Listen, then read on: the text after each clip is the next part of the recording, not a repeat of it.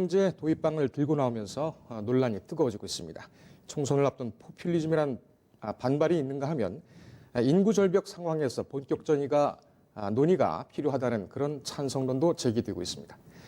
이뿐만 아닙니다. 국회의원 세비를 30% 이상 삭감해야 한다는 주장도 나오면서 총선용 간복이 아니냐 이런 지적도 나오고 있습니다. 취재기자와 함께 이 문제 알아보겠습니다. 정치부 최병호 기자 나왔습니다. 자, 최 기자. 네. 모병제 도입 얘기가 좀 나온 후에 네. 사그라들지 않을까 이렇게 예상들을 했었죠. 물론 헌법재판소에서 모병제도 병역제도의 한 보충안으로 살펴볼 수 있다라는 헌법재판소 결정이 있었긴 했지요. 하지만 본격적인 어떤 논의가 시작된 바가 없어서 네. 좀 빠른 것 아닐까 이런 생각들이 좀 있었습니다. 하지만 이게 계속 되고 있어요? 예, 맞습니다. 이 모병제 논의가 정치권에서 올해 20대 국회에서 나온 것은 지난 6일이었습니다. 당시에 민주당 더불어민주당 싱크탱크였던 민주연구원에서 인구 절벽 추세를 고려해서 징병제를 모병제로 바꿔야 한다라는 것이었는데요. 네. 일단 민주당에서는 이것이 당 지도부 차원의 논의는 아니고 당 싱크탱크에서 아이디어를 짜내는 과정에서 나온 것이다 이렇게 선을 그었습니다. 예. 그럼에도 불구하고 일단 정치권에서의 화제성은 큽니다. 앞서 저희가 지난 6일에 군대와 포퓰리즘을 더한 단어인 군퓰리즘 방송을 하면서 내년 총선에서도 군대 관련 공약이 나올 것이다 이렇게 얘기를 했었는데요. 네. 아닌 다를까 모병제 이야기가 나오기 시작했습니다. 민주당에서는 일단 선을 그었지만 국방 관련 이슈는 야당이 아닌 민주당에서 일단 선점했다라는 분석입니다. 그렇군요. 모병제 얘기가 나오니까 다른 군대 이슈는 힘을 좀 못 쓸 것 같긴 합니다. 자, 네. 모병제 얘기가 이번만 나온 것은 아니죠. 계속 제기가 꾸준히 되고는 있었는데 처음에 언제 나왔었죠? 예, 말씀해 주신 것처럼 정치권과 정부 모두 다 이 모병제를 한 번씩은 거론했었습니다. 예. 정부에서는 김영삼 정부 때 국방개혁 차원에서 부분적인 모병제 검토를 이야기했었고요. 특히 참여정부 들어서 국방개혁 2020을 발표하면서 모병제를 본격적으로 좀 더 다뤄야 된다 이렇게 이야기를 했었습니다. 예. 정치권에서도 자유한국당의 전신인 새누리당과 한나라당 때도 이 모병제를 도입해야 한다라는 이야기가 있었습니다. 하지만 첫 잔석의 어떤 태풍으로 끝났고 본격적으로 논의가 되진 않았는데 이번 총선에서는 정정하겠습니다. 내년 총선에서는 이 모병제가 본격적으로 이슈가 될 것으로 좀 예상되고 있습니다. 예. 민주당 지도부는 선긋기를 하고 있습니다만 네. 민주연구원이 당의 싱크탱크라는 것을 감안을 하면 네. 그냥 해본 소리는 아니지 않겠느냐 이런 지적이 계속 제기되고 있습니다. 네. 먼저 그 말씀을 드리기 전에 화면을 잠깐 보시면 이 모병제에 관한 찬반 여론을 조사한 여론조사가 있었는데요. 예. 501명의 국민을 대상으로 했을 때 반대가 52.5%에 달했습니다. 네. 그리고 모병제 찬성은 3.3%에 그쳤는데요. 아직 북한과 대치하고 있다는 그 현실적인 상황과 국민 정서상 모병제에 반대하는 여론이 다소 높은 것으로 조사됐습니다. 예, 저거는 어디서 어떻게 여론조사를 한 겁니까? 리얼미터라는 여론조사 기관에서 어제 국민 501명을 대상으로 조사한 결과입니다. 예, 리얼미터에서 어제 발표한 거군요. 예, 맞습니다. 예, 알겠습니다. 말씀해 주신 것처럼 이런 여론이 있기 때문에 현재 민주당 지도부에서는 이것이 당의 공식적 입장은 아니다라고 이렇게 선을 긋고 있습니다. 하지만 그간에 민주당이 항상 야당으로부터 시달려왔던 것이 그 한일 정보보호 협정, 즉 지소미아 종료라든지 북한에 있다는 미사일 발사에 대응이 부족하다라는 그런 안보 공세였는데요. 예. 이 모병제 이야기를 꺼내게 되면서 민주당이 안보 문제에도 관심을 갖고 있다, 국방 문제에도 관심을 가지고 있다라는 이미지를 주게 된 것은 사실입니다. 네. 야당에서는 당연하게도 이 민주당이 총선을 의식해서 지금 포퓰리즘을 하는 것이다라고 주장을 하고 있는데요. 그럼에도 불구하고 일단 민주당이 상당히 좀 노련하게 아젠다 세팅을 했다라는 분석도 있었습니다. 예. 당 싱크탱크가 이슈를 던지고 지도부가 이것을 수습하면서 상당 기간 이슈를 끌어가는 모습을 보이기 때문입니다. 그리고 총선 때는 이 진보와 보수 민심을 이렇게 좌우우면하느라고 좀 적극적인 대안을 던지지 못하는 경우가 많았는데요. 예. 그럼에도 불구하고 민주당은 문재인 정부가 지향하는 이 국방개혁 기조에 맞추면서도 인구 감소라는 그 추세에도 부응하고 또 그 군 장병 처우 개선과도 연결이 되는 이 모병제를 들고 나온 것은 신선하고 시의적절하다는 평가입니다. 예. 지금 뭐 논의를 할 때는 되긴 됐습니다. 네. 근데 300만 원씩 월급을 준다면은 상당히 많이 주는 거 아닙니까? 예, 그렇습니다. 아무래도 이 징병제보다는 모병제를 하면 직접 지원해야 되는 거니까 그런 동기를 유발하기 위해서 급여를 좀 많이 올린 올린 것으로 보입니다. 예. 그 300만 원이라는 월급은 그 일반 병사를 기준으로 한 것이죠? 예, 그렇습니다. 그렇다면은 부사관이나 장교는 월급이 더 높아야 되겠네요? 예, 말씀해 주신 것처럼 병사가 400만 원을 받으면 부사관과 장교의 급여도 오르게 되는 것 아니냐 이런 지금 그 전망들을 하고 있는데요. 지금 야당에서 이 모병제를 반대하는 근거 중에 하나도 바로 이 예산 문제와 관련이 있고요. 예. 민주연구원 측에서는 이 모병제를 하게 되면 이 급여 수준에 대해서는 조금 더 면밀한 검토가 있어야겠다라는 입장을 내놨습니다. 알겠습니다. 심상정 대표, 정의당 대표가 세비 삭감 얘기를 했습니다. 네. 30% 정도. 예전에도 뭐 심 대표는 이 주장을 계속 해온 것 같은데. 네. 이 의원 연봉 줄이자는 얘기. 글쎄요. 어느 정도 현실성이 있습니까? 네, 먼저 이 얘기가 언제 나왔냐면요. 심상정 대표가 지난 8일에 본인의 유튜브 채널에 출연해서 이렇게 말했습니다. 의원 세비를 월급으로 나누면 1,265만 원인데 올해 기준으로 2019년 기준으로 국회의원 연봉이 1억 5,176만 원입니다. 예. 그렇기 때문에 월급을 나누면 1,265만 원인데 최저임금으로 계산했을 때 월급인 174만 원의 7.2배다. 소득 격차를 줄이기 위해서 국회의원부터 솔선수범해서 연봉을 깎아야 된다. 30% 정도 깎아야 된다. 이렇게 얘기를 했습니다. 예. 또한 녹색당의 하승수 공동위원장은 1억 5천만 원이 넘는 의원 연봉을 반으로 줄여야 한다면서 국민이 느끼기에 일 못하는 의원에게 많은 연봉을 줄 필요가 없고 국회가 국민을 대변하는 곳이라면 국민 평균 소득에 맞춰서 연봉을 받는 게 적절하다라고 얘기를 한 것입니다. 네. 지금까지 얘기를 보면 의원 연봉을 줄이자는 것은 결국 표면적으로는 국회가 국민을 위해서 일하는 기관이기 때문에 그렇게 기능하도록 만들어야 한다라는 것인데요. 예. 내심을 보면 20대 국회가 역대 최악의 국회라는 평가를 받은 만큼 그런 특권의식을 내려놓는 그런 걸 통해서 부정적인 이미지를 씻어야 한다. 예. 이런 계산이 작용한 것으로 보입니다. 그렇군요. 이에 대해서 바른미래당의 하태경 의원은 의원 연봉 삭감에 동의하는데 그렇다면 의원 정수를 현행 300명 이상보다 늘려야 한다는 것은 좀 철회돼야 하지 않겠느냐라는 입장을 내놨습니다. 그렇군요. 세배로 월급으로 나누니까 1,265만 원. 상당히 많이들 받는군요. 네, 저도 이번에 조사를 하면서 보니까 예상보다 많이 받았습니다. 예, 알겠습니다. 공약들 지금 나오는 거 보니까 선거철 점차 다가오고 있는 것 같습니다. 네. 원래 그 선거판은 이 방향과 그다음에 인재 영입, 그다음에 정책 뭐 공약이 되겠습니다만 네. 이런 순서로 이렇게 여무는 것 같은데 공약 얘기들이 벌써부터 나오고 있어요. 네, 맞습니다. 공약 발굴들을 상당히 좀 열심히 하고 있는 모양입니다. 네, 맞습니다. 먼저 자유한국당에서는 오늘 총선 공약을 발굴하기 위해서 총선 디자이너 클럽이라는 것을 구성하기로 했습니다. 예. 한국당이 가진 보수, 우파, 부자, 남자 중심의 정당 이미지를 벗어나기 위해서 우먼과 마더를 이제 우맘이라고 표현했는데요. 네. 우맘 디자이너 클럽이라는 것을 만들어서 2030 미혼, 또 예비 신부, 자녀가 없는 기혼, 경력 단절 여성, 학부모들의 의견을 수렴해서 이제 여성 정책을 만들기로 했고요. 예. 2030 희망 디자이너 클럽이라는 것을 통해서 사회운동가, 벤처, 금융, 의료계에 종사하는 청년들을 모아서 관련 공약을 만들기로 했습니다. 네. 민주당 역시 청년 공약을 위해서 대통령 직속 세대 평등 위원회를 설치하는 방안도 이제 검토하기로 했는데요. 네. 기존의 총선에서는 뭐 지역 활성화 공약이라든지 국방, 경제 등 다소 거시적인 분야에서 이제 공약이 발굴됐다면 내년 총선에서는 그보다는 국민의 삶의 질을 개선하는 쪽에 맞춰서 공약들이 나올 것으로 지금 예상됩니다. 예. 지금 우맘 디자이너 클럽, 네, 2030 미혼, 예, 디자이너 클럽. 이것만 보면 완전히 그 총선형 체제로 돌아가고 있는 네. 전환을 하고 있는 그런 모습이군요. 네.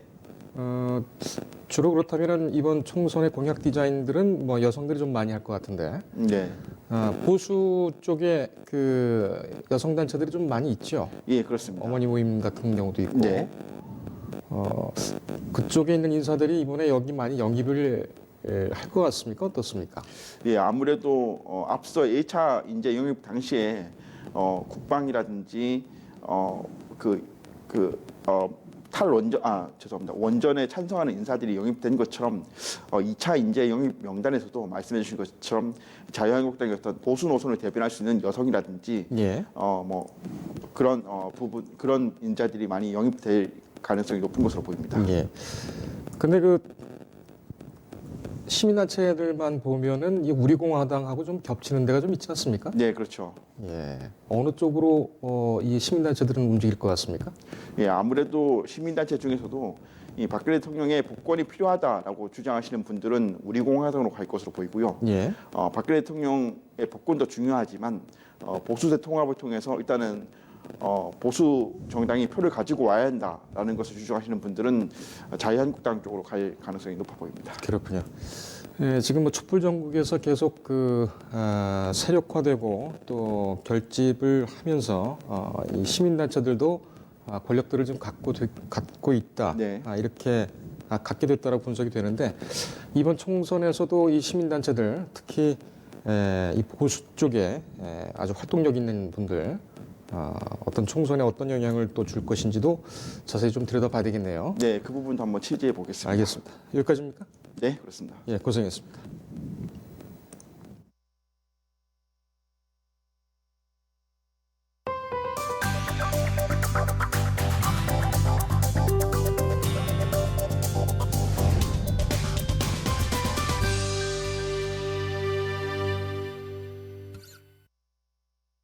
예, 금호아시아나 항공 세주인으로 현대산업개발이 유력한 것으로 나오고 있습니다.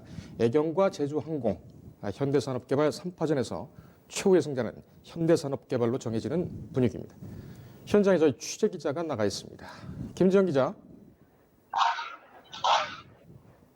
예, 지금 이 결과가 나왔습니까?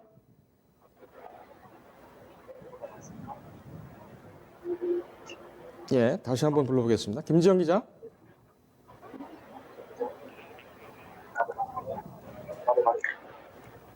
네, 저는 지금 아시아나항공 매각 주체인 금호산업본사 앞에 나와 있습니다. 예, 아시아나항공 매각 우선 협상 대상자가 오늘 결정이 되는데 혹시 지금 뭐 뉴스를 시작하는 동안에 결과가 발표됐습니까?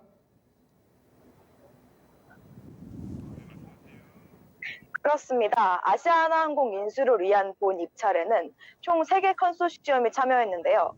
현대산업개발, 제주항공, KCGI가 입찰서를 냈었습니다. 오늘 금호산업은 이사회를 통해 우선 협상 대상자를 정하는데 아직 발표가 되지는 않았지만 변수가 없다면 현대산업개발이 될 가능성이 높게 점쳐집니다. 예, 아직 발표는 안 됐군요. 그 애초에 유력 후보가 아니었는데 그 제주항공, 애경 여기는 그러면은 전혀 뭐 가능성이 없게 되는 겁니까?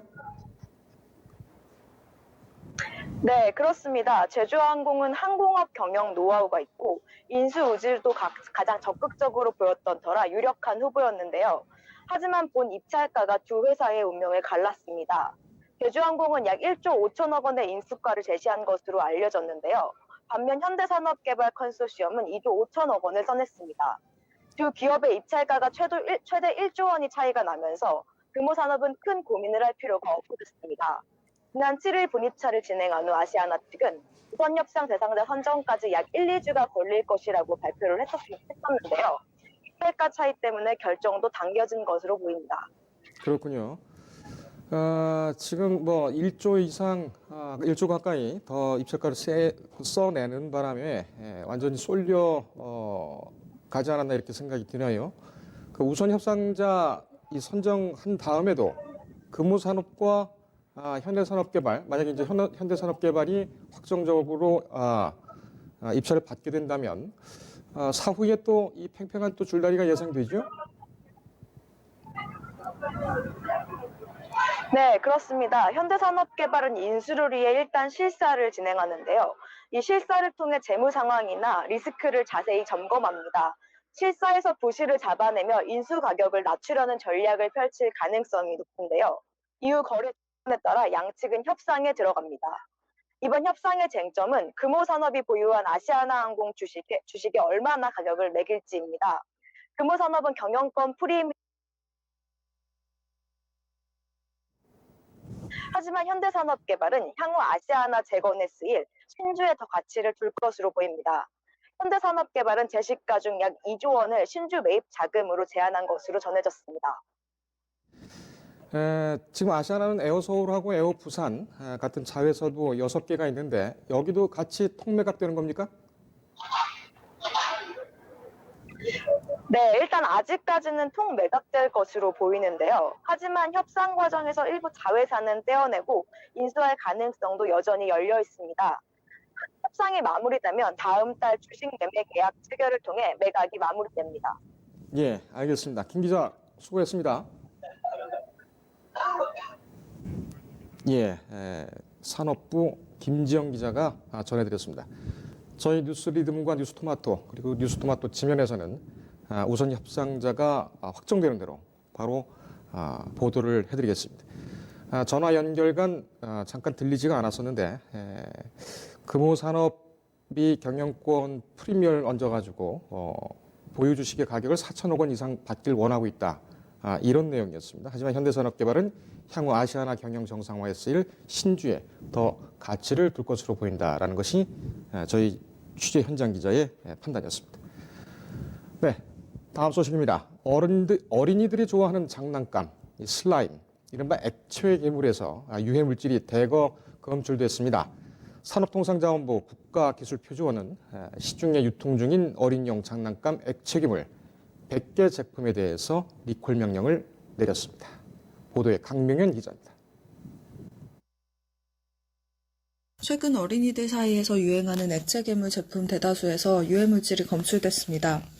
산업통상자원부 국가기술표준원은 시중에 유통 중인 액체 괴물 148개 제품을 조사한 결과 100개 제품에서 붕소, 방부제, 프탈레이트 가소제 등 안전기준치를 초과하는 유해물질이 검출돼 수거 등의 명령을 내렸다고 밝혔습니다. 적발된 제품 중 87개는 붕소가 기준치를 초과해 검출됐습니다.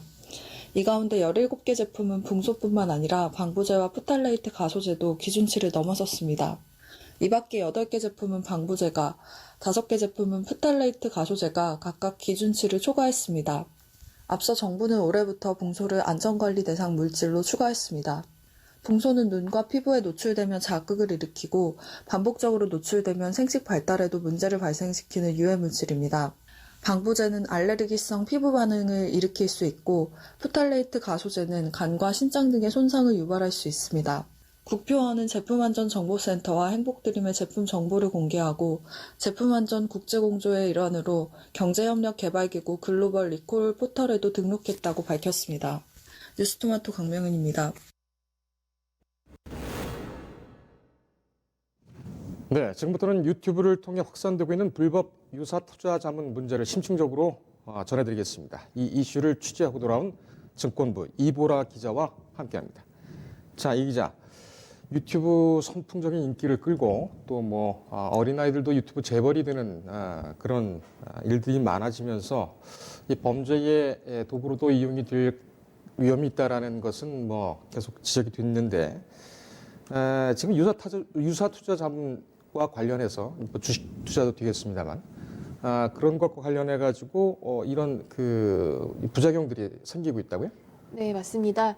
예, 먼저 유사투자자문이라는 개념을 먼저 말씀드리면요. 네. 불특정 다수인을 대상으로 간행물이나 출판물, 통신물 등에서 대가를 받고 투자 조언을 주는 투자 조언을 업으로 하는 자를 말합니다. 네. 현행 자본시장법상 특별한 자격 제한 없이 누구나 신고만 하면 이 업을 할 수 있는데요. 영업 행태는 주로 SNS나 인터넷 방송, 홈페이지, 인터넷 카페 등에서 투자자를 모집하고 또 투자 서비스를 제공합니다. 네. 또 요즘에는 카카오톡 단체방에서 많이 이루어지기도 합니다.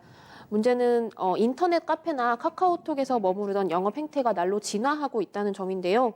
상당수의 유사 투자 자문 업체가 유튜브나 아프리카 TV 같은 인터넷 방송 채널에서 활동하며 법망을 교묘히 피해가고 있습니다.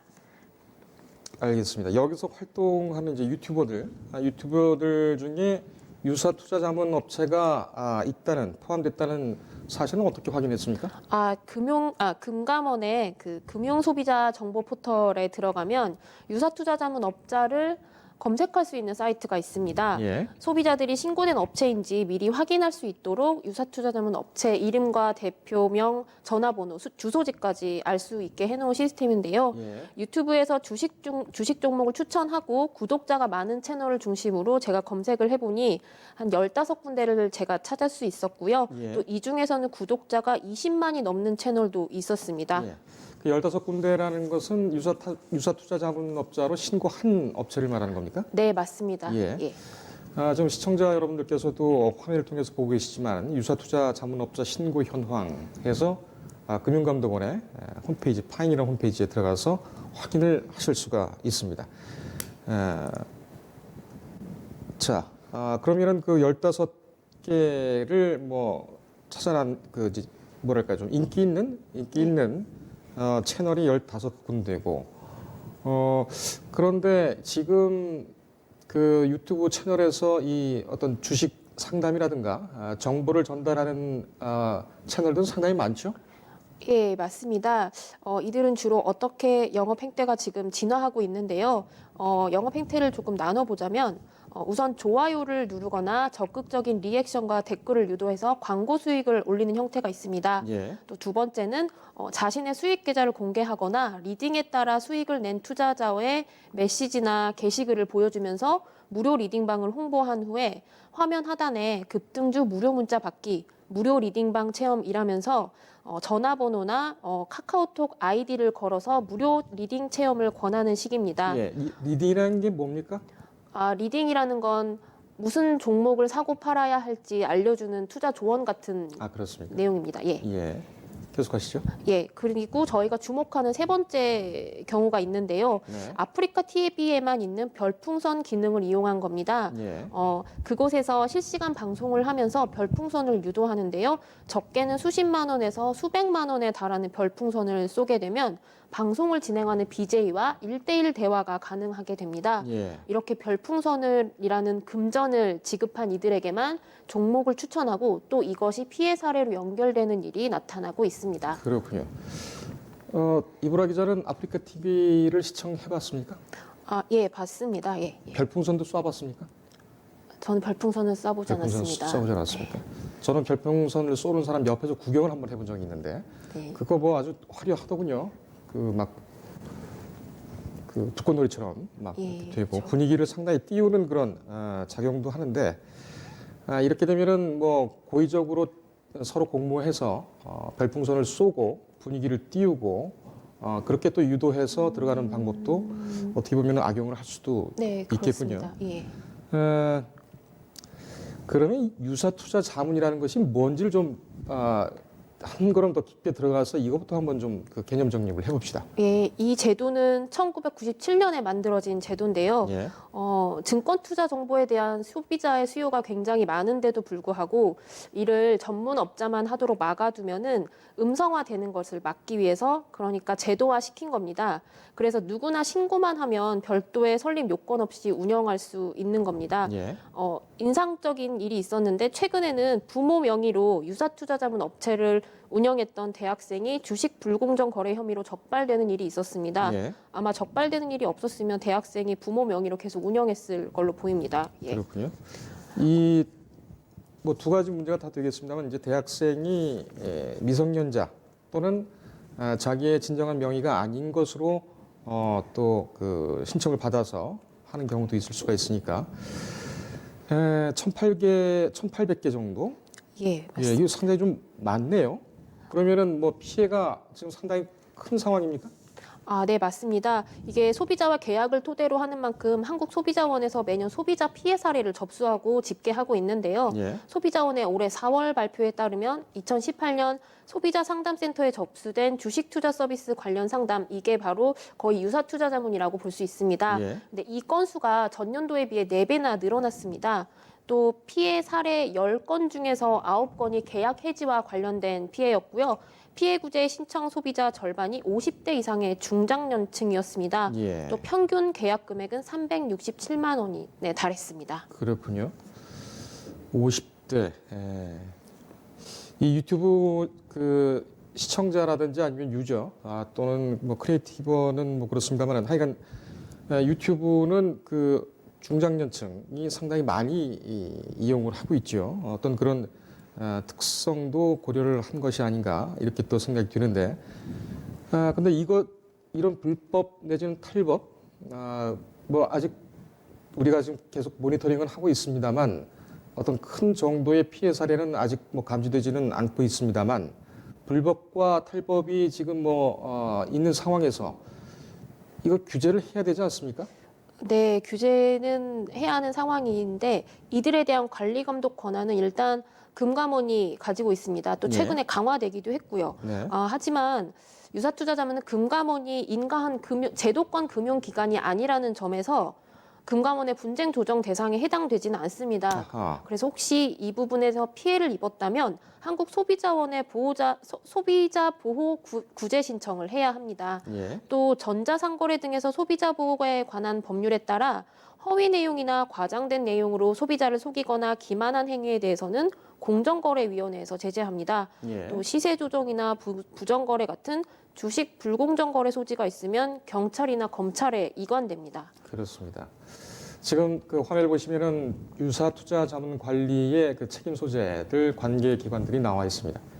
4개 기관이 지금 언급이 되고 있는데 이렇게 보면은 뭐 4개 기관이나 나서서 이 감독을 하고 관리를 하고 있으니까 괜찮지 않겠느냐 이렇게 볼 수도 있겠습니다만 저 사이사이가 다 공백이 생길 수가 있다는 얘기죠? 네, 맞습니다. 이게 유형에 따라 해당되는 법률이 많고 항목에 따라 제재 기관이 또 나뉘어져 있는 데다가 또 복합적으로 일어나는 일이 굉장히 많습니다. 예. 그래서 한 기관의 단속만으로는 쉽지 않은 상황인데요. 그래서 뭐 관련 기관들이 공조해서 불법 행위나 이 미신고업자들을 단속해야 한다는 지적이 나옵니다. 예. 또 다른 부분도 있는데요. 또 투자자 정보가 좀 더 많아져야 한다는 이야기도 있습니다.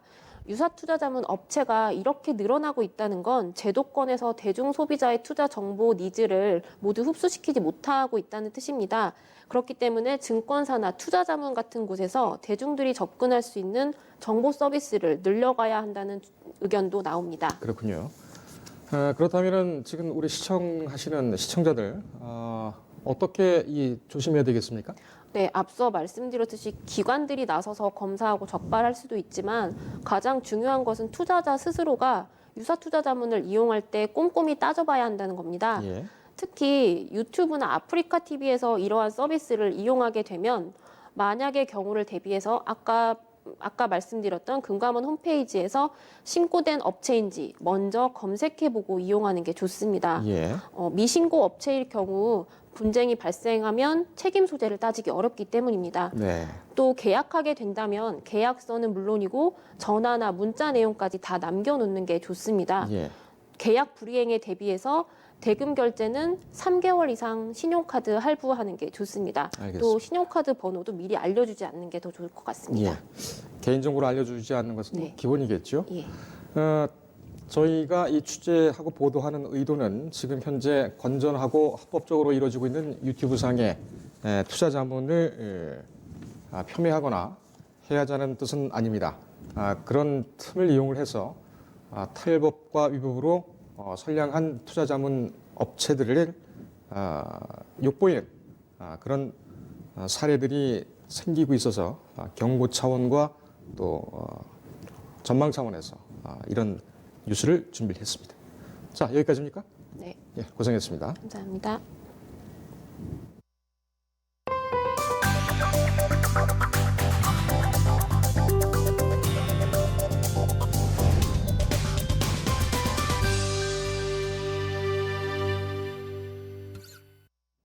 예, 본격적인 김장철이 다가오면서 고관절 충돌 증후군에 대한 주의가 요구되고 있습니다. 특히 이번 주부터 다음 주까지 김장이 집중될 것으로 보이는데 우리 어머님들 각별히 유의하셔야 되겠습니다. 보도에 정기종 기자입니다. 본격적인 김장철이 다가오면서 고관절 충돌 증후군에 대한 주의가 요구되고 있습니다. 김장의 높은 노동 강도에 가뜩이나 가사노동 속 관절을 혹사당한 가정주부들의 경우 더욱 조심할 필요가 있어 보입니다. 고관절 충돌 증후군이란 고관절을 이루는 대퇴골두 부위와 골반 사이에서 연부 조직이 끼어 움직임의 제한을 초래하면서 통증을 유발하는 질환입니다. 골반과 엉덩이 부근이 저릿저릿하고 아파온다면 고관절 충돌 증후군을 의심해 볼 만합니다. 고관절 충돌 증후군은 특히 김장철이 되면 주부들에게 자주 보이는 질환으로 꼽힙니다. 평소 청소나 빨래 등 집안일로 쪼그려 앉은 자세가 많았던 탓에 가뜩이나 관절에 무리가 많은 상황에서 무거운 배추를 절이고 절인 배추에 양념을 바르는 등 김장하면서 오래 쪼그려 앉은 자세가 증상을 악화시키기 때문입니다. 고관절 충돌 증후군이 발병하면 양반다리 등의 허벅지를 벌리는 자세에서 저릿한 통증이 생기고 오랜 시간 같은 자세로 앉아있다가 일어설 때 극심한 통증이 느껴집니다. 또 똑바로 누운 상태에서 무릎을 안쪽으로 돌릴 때 찌릿하게 아픈 증상도 뒤따릅니다. 해당 증상이 계속되면 즉시 병원을 찾아야 합니다. 증상이 심하지 않을 때는 약물이나 운동치료, 자세교정 등의 가벼운 치료로도 회복할 수 있지만 방치하게 될 경우 연골이 계속 마모돼 조금만 걸어도 통증이 느껴지고 심하면 관절염으로 진행될 수 있기 때문입니다. 경과가 악화되면 내시경 수술을 통해 치료해야 하는 어려움까지 따릅니다. 고관절 증후군 환자는 치료 이후 좌식보다 입식으로 생활 패턴을 바꾸고 재발 방지를 위해 고관절 근육을 강화하는 스트레칭을 통해 건강을 지키는 것이 좋다는 게 전문가들의 조언입니다. 지난해 최적의 김장 시기는 서울 기준 11월 29일이었습니다. 올해도 지난해와 비슷한 시기에 김장철이 진행될 것으로 보이는 가운데 김장을 직접 담그는 주부들의 경우 고관절과 골반 등에 주의가 필요하겠습니다. 뉴스토마토 정기종입니다.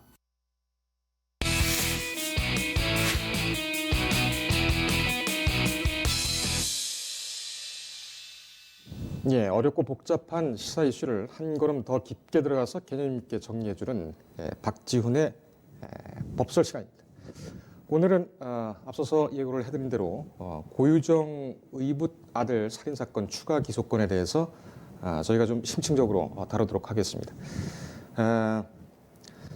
보도 목적상 제가 고유정 측에서 질문을 드리고 우리 박지훈 변호사께서 검사 측 역할을 해주시고 마지막 그 총평을 하실 때는 개인의 이제 의견을 설정을 해주시면 되겠습니다.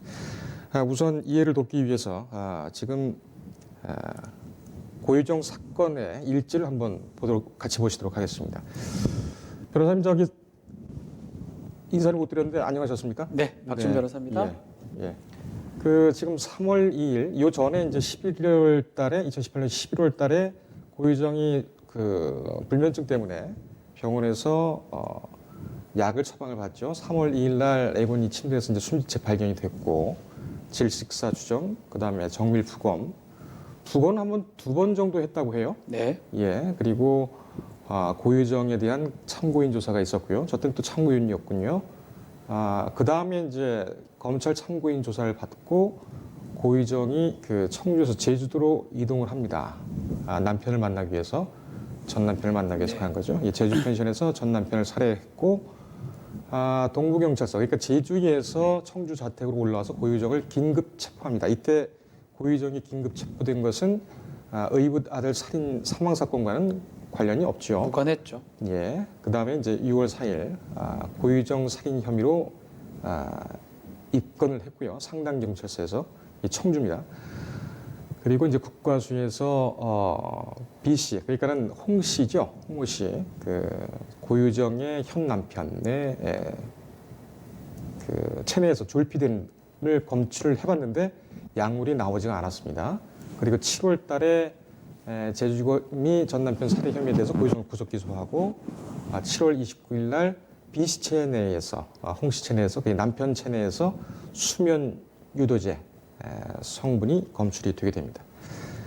9월달로 넘어가게 되면은 그 경찰에서 외부 전문가에 대해서 살인 가능성, 누가 범인일 것이냐, 의붓 아들에 대한 살인 가능성을 의뢰를 했고 외부 전문가들은 고유정을 지목을 했습니다.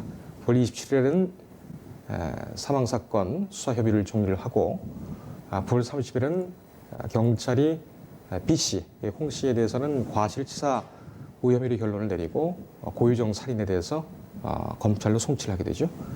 11월 7일 최근입니다. 제주지검에서 의붓아들 살인 혐의로 고유정 추가 기소 및 병합 신청을 했고 11월 11일 어제죠. 고유정 측에서 전 남편 살인사건 결심 공판 일정을 연기해달라고 신청을 했습니다. 이 사건을 재판 중인 제주지법에서는 이번 주 중에 병합 여부를 결정을 하게 됩니다. 변호사님. 네.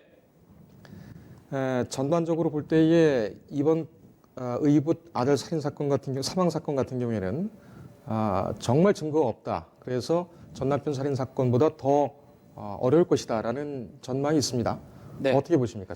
쉽지는 않을 것 같습니다. 뭐 당연히 그냥 시신을 처리했었고요. 예. 3월 달에 있었던 일이고요. 네. 증거가 없어졌을 가능성이 아주 높은 상황에서 한참 지난 이후에 5, 6개월 이후에 수사가 시작돼서 그래도 증거를 확보한 다음에 기소가 됐는데 대다수 증거가 직접 증거보다는 정황 증거, 간접 증거가 좀 많습니다. 예. 그렇기 때문에 이것을 입증해서 유죄가 되기까지는 조금 힘든 시간이 걸릴 것으로 보입니다.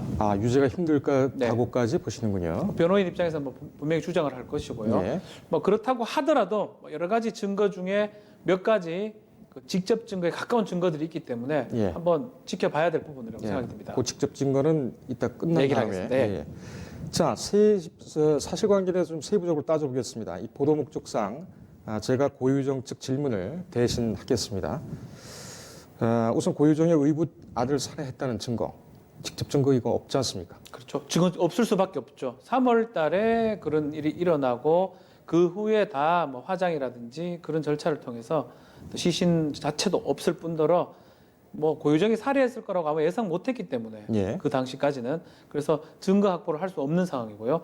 직접적인 증거는 없지만 간접 증거는 좀 다소 확보한 것으로 보입니다. 그것을 예. 통해서 입증을 하려고 합니다.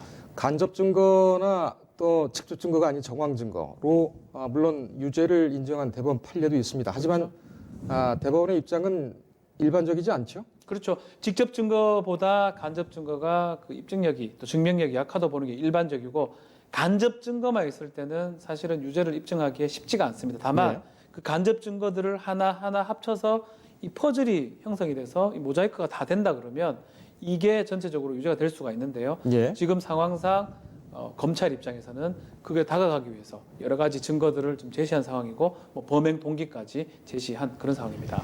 이 사건이 있은 다음에 초동 수사한 경찰은 이 남편 홍모 씨에 대한 과실치사 혐의에 중점을 뒀었습니다. 그렇죠. 그런데 이 사건 이전에도 고유정 같은 경우에는 이 현재 남편에 대해서 잠버릇이 너무 심하고 위험하다라는 그런 불만을 자주 표출을 했습니다. 고유정 주장대로 남편이 수면 중에 잠버릇 때문에 아들을 압착했을 가능성은 전혀 없다고 보십니까? 일단은 뭐 그럴 가능성 완전 배제할 수는 없지만 일단은 국가수 감정 결과가 참 중요한 것 같습니다. 예. 10분 정도 압착된 상황에서 사망했을 것이다라는 그 부분입니다. 네. 만약에 잠버릇이 많이 심해서 그렇게 뭐 위에 올린다든지 뭐 질식의 가능성이 없는 건 아니지만 10분 정도 그렇게 누르기는 어렵거든요. 또 이거는 잠버릇이라는 거는 다리라든지 몸이 올라가는 거하고 압착을 하는 거하고는 또 차이가 있기 때문에 예. 이 감정 결과 과학적 증거에 따르면 결국은 엄청난 외력을 행사했다고 봐야 될 것 같고 잠버릇에 의한 과실치사 부분은 아니다 이렇게 보입니다. 그렇군요. 자, 그 검찰은 고유정이 이 범인, 그러니까는 살해의 의도가 있었다, 범행에 고의가 있었다라는 것을 입증하기 위해서 별거 중에 주고 나눴던 그런 카카오톡 문자 메시지를 대고 있습니다. 별거 중에 남편이 홍 씨가 자신의 아들 사진을 올렸었고 이 올린 사진에 대해서 굉장히 악감과 적개심을 드러냈죠. 네. 그런데 부분이죠, 그게. 예, 그런데 지금 이 고유정은 이미 2번이나 유선을 그렇죠. 했습니다. 그렇다면 아주 심신이 매우 불안정한 상황일 것이고 그렇죠. 우울증 상태도 의심이 들고 있을 것이고 그렇다면 이런 상황에서 다소 적개심으로 볼 수 있는 문자를 남편에게 보냈다.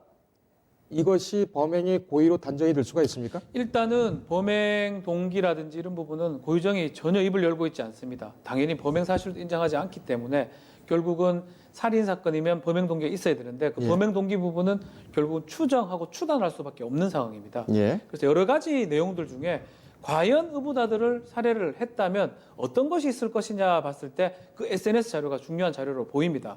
특히 2차례 유산을 했는데 떨어져 있는 상태에서 현재의 아들만 챙기는 남편의 모습. 어떻게 표현했냐면 나를 능멸한다. 이게 능멸하는 거냐. 이런 식으로 문자 메시지를 보냈거든요. 예. 그 정도면 살해를 할 수 있을 정도의 우울감하고 합쳐진다면 예. 동기에 해당할 가능성도 있지 않을까. 그렇기 때문에 다른 뭐보다는 이게 의붓아들 살해의 직접적 동기 내지 아니면 최소한 간접적인 동기가 될 것으로 지금 보입니다. 그렇다면은 지금 이 고유정 같은 경우에는 범죄의 죄질이 굉장히 안 좋다라고 하는 것 중에 가장 큰 이유가 계획적인 범행이었다라는 그렇죠. 것 아니겠습니까? 계획 범죄로 봐야 되겠죠. 본인이 만약에 의붓 아들을 미워서 살해를 했다면 이렇게 주관적인 고의로 입증이 될 수 있는 문자를 왜 보냈겠습니까? 다른 어떤 마음도 있을 거예요. 그렇지만 이때는 어떤 계획적 그런 것보다는 이때는 정말 자신의 감정을 표현했을 것 같습니다. 예. 그래서 이게 이 고유정의 범행 패턴을 봤을 때는 일단 모든 것을 계획했을 수도 있지만 이때는 그냥 감정적으로 보냈던 거고 나머지 부분들은 감췄을 가능성이 높습니다. 예. 이게 아마 이 수사기관이 발견할 수 있었던 거의 동기에 유사한 어떤 문자 메시지를 보이고 나머지는 찾아낼 수 없었기 때문에 그런 거고 이게 뭐 있다고 해가지고 계획 범죄가 아니다 이렇게 얘기하기는 좀 잘못됐다 이렇게 생각이 듭니다. 알겠습니다. 능멸이라는 사전적 의미는 업신여기여 깔봄 이렇게 되어 있군요. 네. 예, 내가 나를 능멸하느냐, 예, 지임을 이렇게 얘기도 있었습니다만, 예. 의붓아들 시신에서 목 주위에 멍과 긁힌 상처 자국이 나왔습니다. 그렇죠. 이것은 타살의 흔적이다. 이렇게 지금 검찰은 보고 있는데 잠자는 중에 생겼다. 이렇게 단정할 수 있는 증거가 있습니까? 조금 힘듭니다. 과실치사 아니면 뭐 살인 둘 중에 하나일 가능성이 높은 상황인데 예. 과실치사를 무혐의로 한 이유 중에 하나가 그 압착 흔적이거든요. 압착 네. 흔적이 어떤 실수로 현 남편이 실수로 그렇게 했을 가능성은 조금 낮아 보이고 예. 이거 말고도 많은 증거들이 있어요. 실제로 이 고유정이 본인은 딴 방에 있었고 뭐 자고 있었다 그러는데 실제로 깨 있었다라는 어떤 포렌식 결과가 있고 그때 검색했던 내용이라든지 또 거짓말 탐지기를 뭐 증거 능력은 없다고 하지만 예. 그 깨 있었다고 했던 게 거짓으로 밝혀졌습니다. 그런 어떤 간접적인 증거들을 합쳐보면 이게 살해의 가능성이 아주 큰 게 아닌가 이렇게 생각이 듭니다. 그런데 여러 개의 간접적인 정황 증거, 간접 증거와 정황 증거가 네. 모여서 하나의 사실관계를 입증을 한다. 직접 증거만큼 그 직접성이 있습니까? 그러니까는 법관이 심증을 가질 만큼 그 정도의 증거 능력이 있습니까?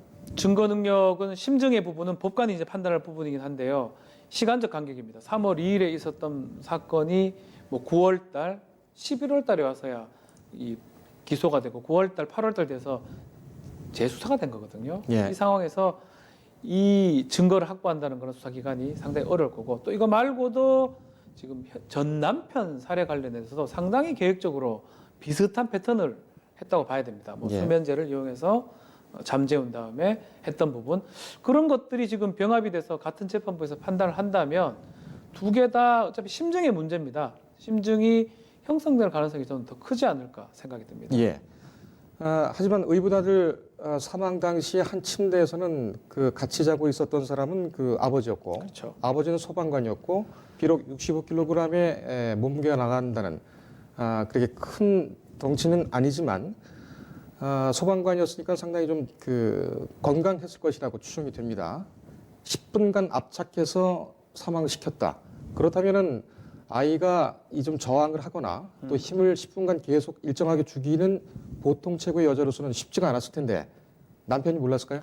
그 부분입니다. 지금 계속 고유정 측에서 주장했던 부분은 다 범행을 부인하고 묵비권으로 일관하면서 유일하게 얘기하는 부분이 그렇게 10분간 압착을 했다 그러면 옆에 자고 있는 사람이 그 신음소리 들었고 일났을 거 아니냐라고 반박을 하는 상황인데 한편으로는 이 남편의 지금 몸에 수면제 성분이 좀 검출이 된 거거든요. 예. 그 수면제 성분 때문에라도 잠에 깊이 들었고 또 그날 뭐 예컨대 카레라든지 이런 음식을 섭취를 해가지고 잠에 깊이 빠졌다 그러면 옆에 이제 신음소리라든지 이런 게 있다 하더라도 이 현 남편이 인지를 못했을 것이라는 게 검찰 측 주장입니다. 예. 그렇지만 당시에 홍 씨, 그 아버지, 네. 의붓 아들의 아버지의 몸에서 나온 것은 독세핀이라는 수면 유도제입니다. 그러니까 이것은 졸피뎀, 이제 전 남편 살인 사건에서 고유정이 사용했던 졸피뎀이나 트리아졸람